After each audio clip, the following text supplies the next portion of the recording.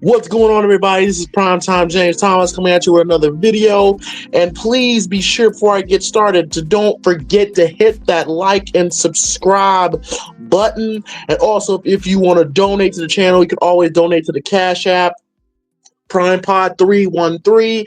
That's again PrimePod313, where any donation would greatly be appreciated. This is a fan-funded show. YouTube doesn't really like this channel very much, so your support will be greatly appreciated. PrimePod313 for the Cash App.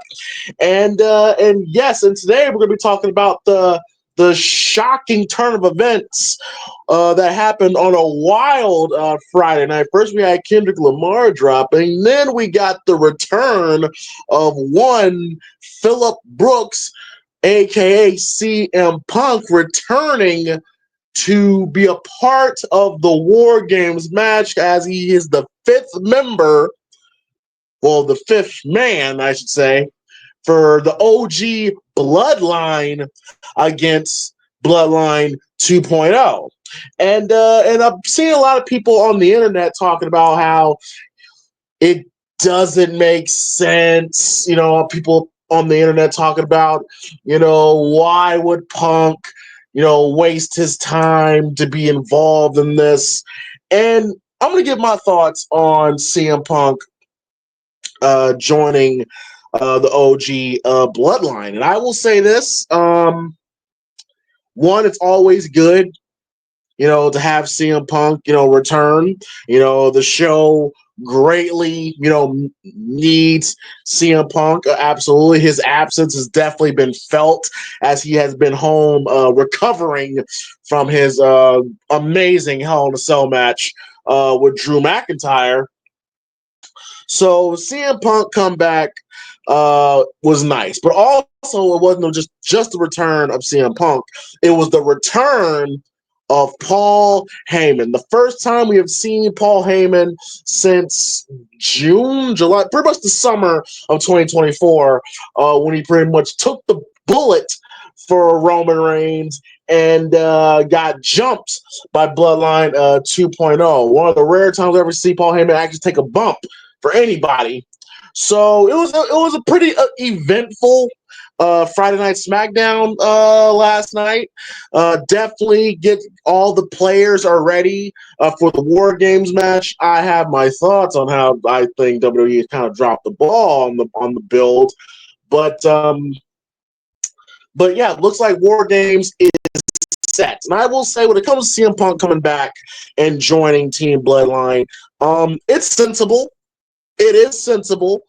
But it does feel like, I should say, it's out of left field. I will admit that. Like, it's kind of, you didn't see it coming, which I guess is a good thing. But honestly, I thought Punk was the last person I would expect to be in this War Games match, because outside of one segment that he had with Paul and Bloodline 2.0, CM Punk has had no involvement in this storyline at all. Like, he's only been in one segment, and that was really it. So I was trying to rationalize, okay, how does this make sense? I mean, yeah, you have the Roman Reigns and CM Punk, connection in the history, but that's the type of stuff you kind of got to be like on the know. I highly doubt the casual fan fully understands the magnitude of CM Punk and Roman Reigns being in the same ring together. For those who may not know, CM Punk did a podcast, I think it was like 6 months after he left WWE, and he pretty much kind of threw Roman under the bus. I don't know if it was intentional or not, but he was. I think it was a 3-on-1. It was a 3-on-1 handicap match with the Shield versus CM Punk, one of CM Punk's last matches in his initial first run in WWE. And the infamous line when everybody kept running up to Punk and telling him, make Roman look strong, make Roman look strong. And he pretty much put it out there that WWE views Roman as the next John Cena. And that's what caused Roman to have this very toxic and turbulent relationship with the crowd. See, the crowd loves Roman now, but that was not the case 10 years ago. Like it was bad. I gotta give Roman credit for sticking it out for as much as he did, because golly, it was bad. So you got that connection, which okay is fine in itself.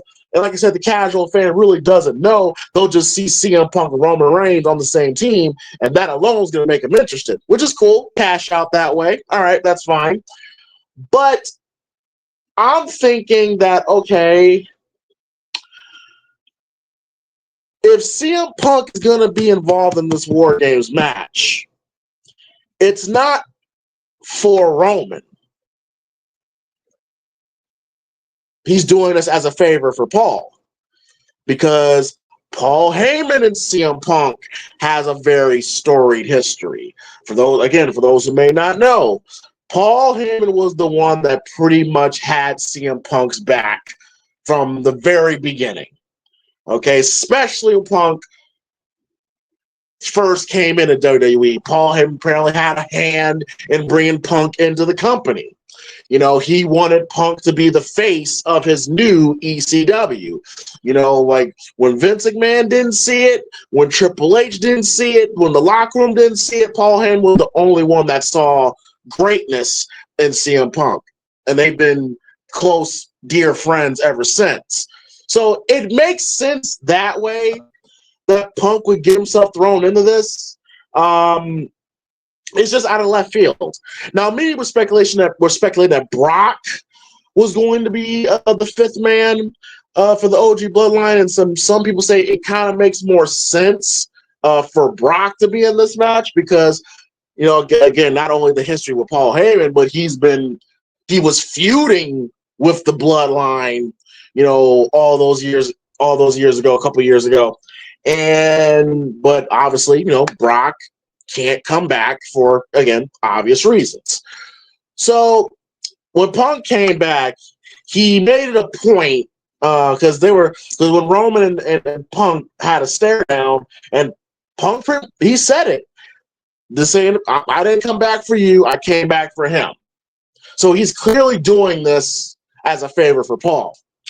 And I will say that I could say this is probably something, you know, for Punk to do, because there was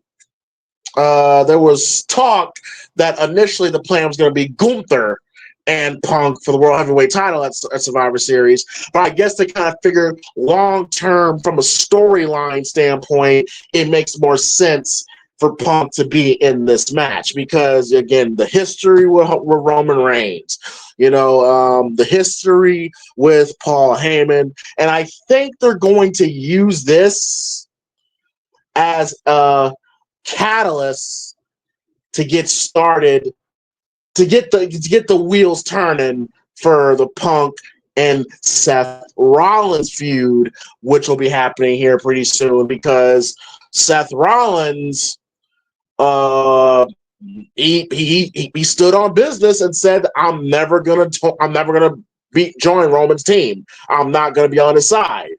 And so this is gonna be interesting reaction for Seth Rollins to see that the man that he hates in CM Punk help out his op in Roman Reigns, the man who he doesn't want to see in power anymore. So it's most likely going to be like a Kevin Owens, Cody Rhodes situation where Seth is probably going to turn heel and he's going to feel like his actions is justified, and he is really going to amp up his hatred for CM Punk. Or just, you know, I'm just talking here, or because I did make the prediction that Paul Heyman was going to turn on the OG Bloodline. If Paul Heyman turns, that means CM Punk may have to turn. And a babyface Seth Rollins versus a heel CM Punk, that could work too. With Paul Heyman by his side, that could work too. You could tell the story of that, because Roman did try to call Paul Heyman last week and his number got disconnected. You could tell the story that Punk, you know, got into Paul's head. Filling him up with, hey, you was loyal to Roman, but where was Roman when you got jumped by the Bloodline? Where was Roman when you was pretty much held hostage by Solo Sikoa and this new Bloodline? You could go that route. So it's sensible. I'll accept it. I just don't like the fact that, okay, if you're going to bring CM Punk in, what was the point of bringing Bronson Reed in? It's quite obvious to me that Bronson Reed is only in this match because Triple H wanted him in this match. Because you would think, and everybody thought, okay, if you're going to bring Bronson Reed in, he's in a heated feud with Seth Rollins. It makes sense for Seth Rollins to be in that match because of Bronson Reed. But no, Bronson Reed is just in there just because. So I'm like, okay, if we're going to do all of that, then you're just better off keeping this 4-on-4. Or this could not be a War Games match. The War Games concept makes sense if you just kept it at family. But no, they've completely, I gotta say, they've completely botched this build. In my personal opinion, they botched it. Roman has not come off in the slightest bit of remorseful. Having the Usos and Sammy join them so soon when they could have easily stretched that out. They didn't have enough time, but again, that's WWE's fault. It's their fault they didn't have time to tell that story. And I guess they kind of knew they didn't have time, so they rushed Bronson Reed in and they threw in CM Punk. Which I'm like, if we was gonna do all this, we could have just kept this 4-on-4, and this didn't have to be a War Games match. But CM Punk is in this. Bronson Reed is randomly in this. So I fully expect this particular part of the Bloodline story to wrap up. Like, I'm looking at the clock and I'm saying, okay, it's time to wrap this particular part. It's time to wrap it up. This has been going on since April, because there's really nowhere else you can go with, Roman's Bloodline, the original Bloodline, and Bloodline 2.0. There's really nowhere else you can go. So I would say that, okay, Survivor Series Saturday night's main event is when we should kind of close the chapter on this. When we get that eventual Solo Sikoa versus Roman Reigns, because they haven't had that one-on-one yet. So we get that eventual Solo Sikoa versus Roman Reigns match for the Ulafala and the right to call the Tribal Chief. Roman wins that. He pins Solo, and then we could get started on The Rock versus Roman, because to me, this, like I said, this particular part of the storyline with Solo Sikoa thinking he's Tribal Chief, that part of the storyline is going to end. But as far as the Bloodline story as itself, that won't end until we get that Rock and Roman match. I fully expect once we get the Rock and Roman match, I think that's when we should close the book on this story, because I don't really see where else you can go. I know they've announced multiple other Anoa'is that just signed to the WWE, but you can't keep this shit going forever. But somehow, some way, I've always said this: Paul Heyman and Roman Reigns and the powers that be, find some way to get you interested. But as far as the Solo Sikoa leg of it, Survivor Series or Saturday night's main event, that's where you should end it. And then we get to the more important stuff, the Royal Rumble and WrestleMania, where The Rock comes back. He's feuding against Roman Reigns, and Solo Sikoa, Jacob Fatu, and the Tongans fall in line behind The Rock. And off to the races for Rock and Roman at WrestleMania. Which is looking more and more likely that's going to happen, because that Red One movie, Rock and Roll, was a flop. So, So know what the Rock's going to do. Go back to the old faithful, back to wrestling.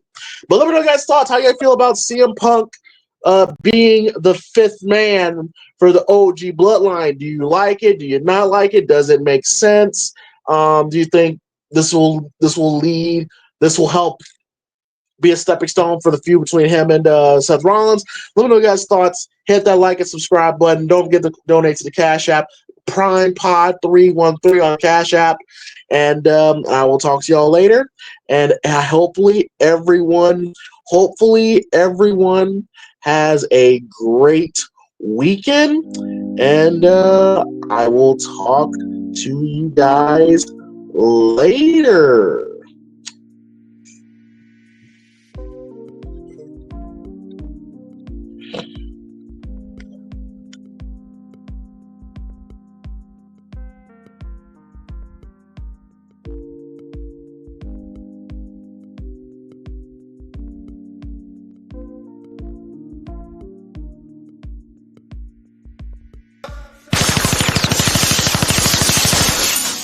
Talk is cheap, motherfucker!